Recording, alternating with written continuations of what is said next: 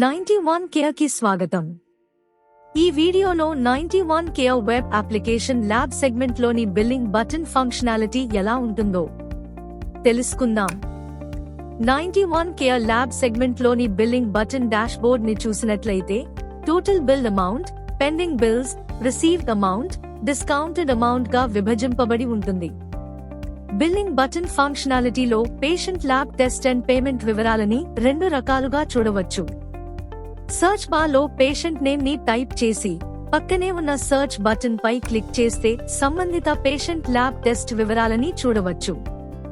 లేదా date, payment status and payment mode ని select చేసి సర్చ్ బటన్ పై క్లిక్ చేస్తే ల్యాబ్ టెస్ట్ వివరాలు క్రింద టేబుల్లో డిస్ప్లే అవుతాయి.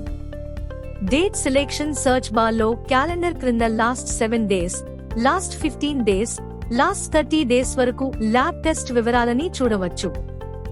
ల్యాబ్ టెస్ట్ వివరాలు డిస్ప్లే అయ్యే టేబుల్లోని యాక్షన్ కాలంలో result PDF, invoice PDF, transactions అని 3 ఆప్షన్స్ కనిపిస్తాయి.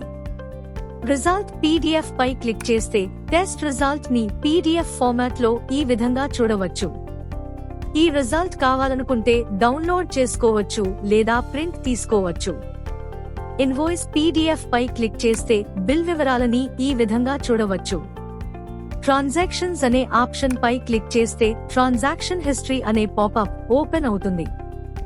ఈ వీడియోలో 91 కేర్ వెబ్ అప్లికేషన్ లోని ల్యాబ్ సెగ్మెంట్ లో బిల్లింగ్ బటన్ ఫంక్షనాలిటీ ఏ విధంగా ఉంటుందో తెలుసుకున్నాం. మా తదుపరి వీడియోలలో 91 కేర్ గురించి మరిన్ని వివరాలు తెలుసుకుందాం.